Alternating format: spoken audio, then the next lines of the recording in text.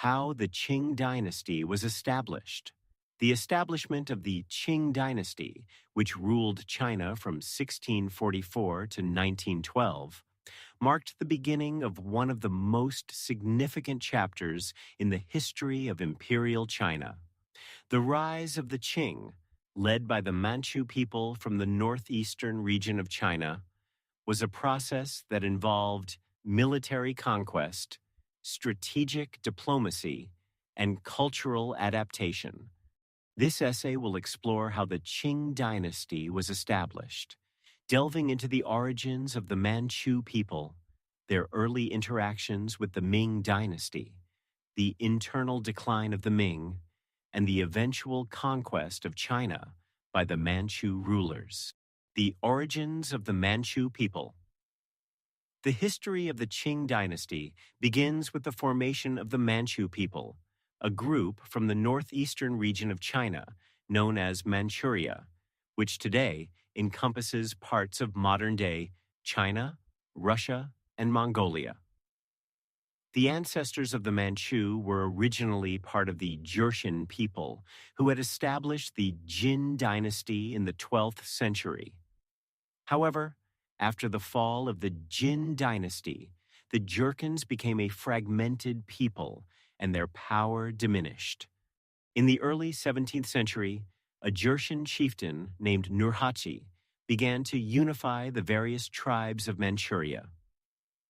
Born in 1559, Nurhaci sought to strengthen his people's position by organizing them into a powerful military force. He adopted the name Manchu for his people, representing the new identity of the unified Jurchen tribes. In 1616, Nurhaci declared the founding of the later Qing Dynasty, which would later be known as the Qing Dynasty, the rise of Nurhaci, and the formation of the Eight Banners system. Nurhaci's military and organizational genius led to the creation of the Eight Banners system, a key institution that would become the backbone of Manchu military power.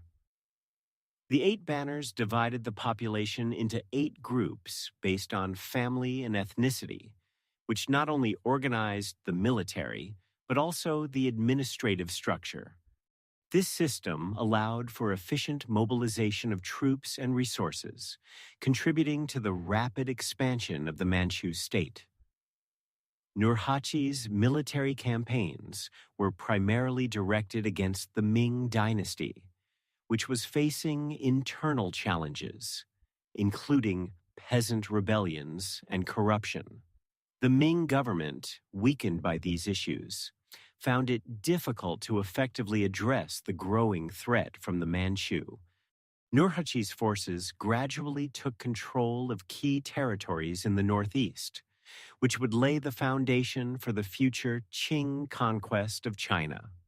The succession of Hong Taiji and the expansion of Manchu power after the death of Nurhaci in 1626, his son Hong Taiji succeeded him as the ruler of the Manchu people.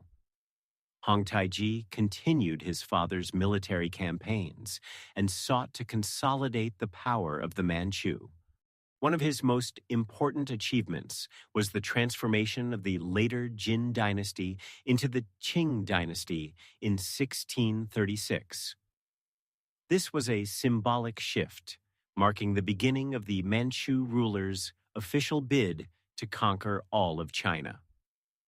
Hong Taiji also further refined the administrative structure of the Manchu state, and his reforms allowed for the integration of the Mongols and the Chinese into the Qing state apparatus. Hong Taiji expanded the Manchu territory into the inner Mongolian regions and began preparations for the conquest of the Ming Dynasty. By the early 1630s, Hong Taiji's forces had become a formidable military presence, and the Manchu state was ready for larger-scale confrontations with the declining Ming Empire. The decline of the Ming Dynasty and internal revolts While the Manchu were consolidating their power in the northeast, the Ming dynasty was undergoing a period of deep internal strife.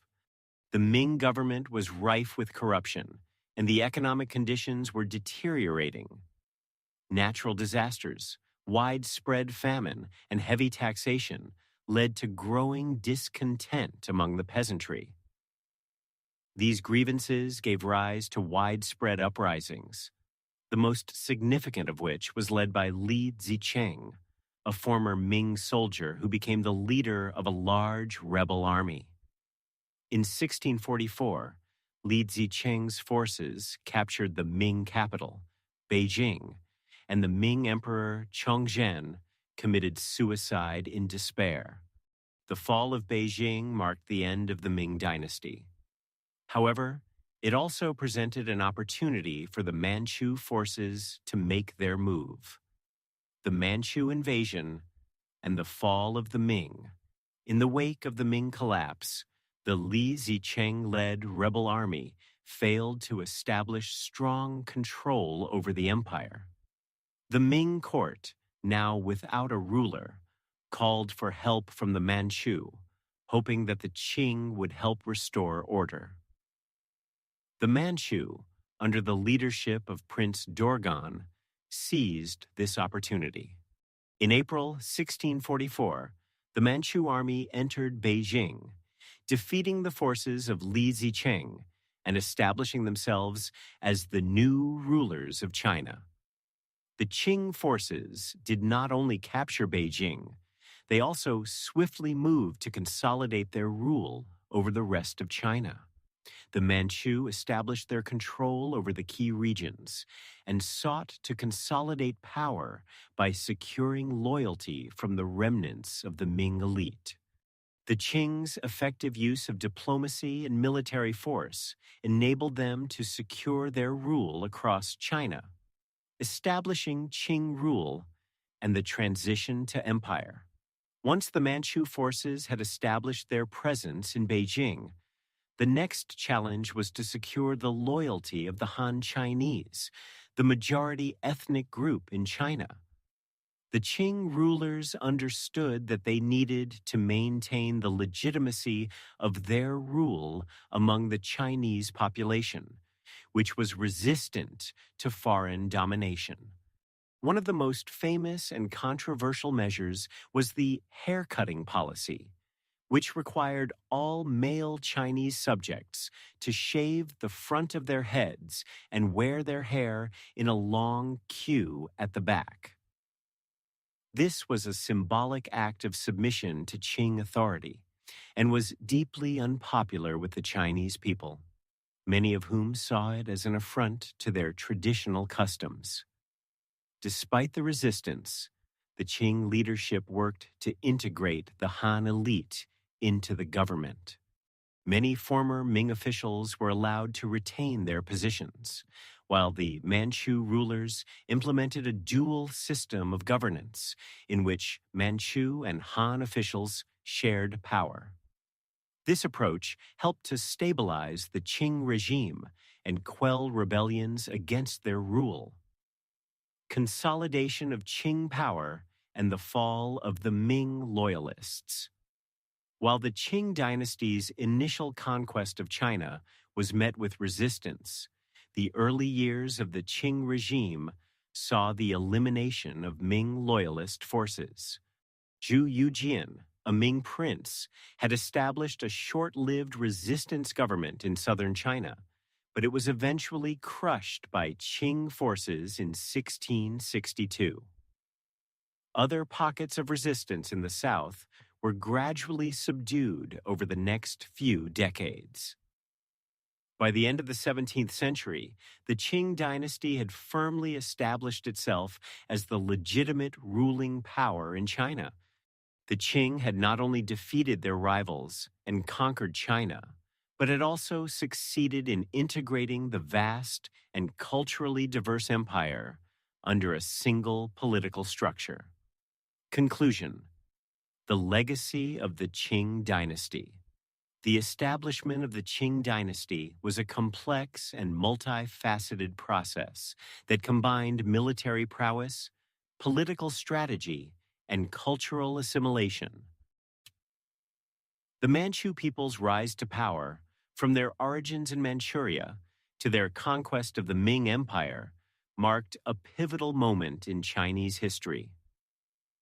While their rule was initially controversial, the Qing dynasty eventually became one of the longest lasting and most influential dynasties in Chinese history, overseeing a period of relative stability and prosperity until its eventual fall in 1912. The Qing dynasty's establishment serves as a reminder of the dynamic nature of Chinese history, where new forces and outside invaders have often played a crucial role in shaping the trajectory of the nation. Today, the legacy of the Qing dynasty continues to influence Chinese society, culture, and political thought, making the story of its rise one of the most important in the annals of world history.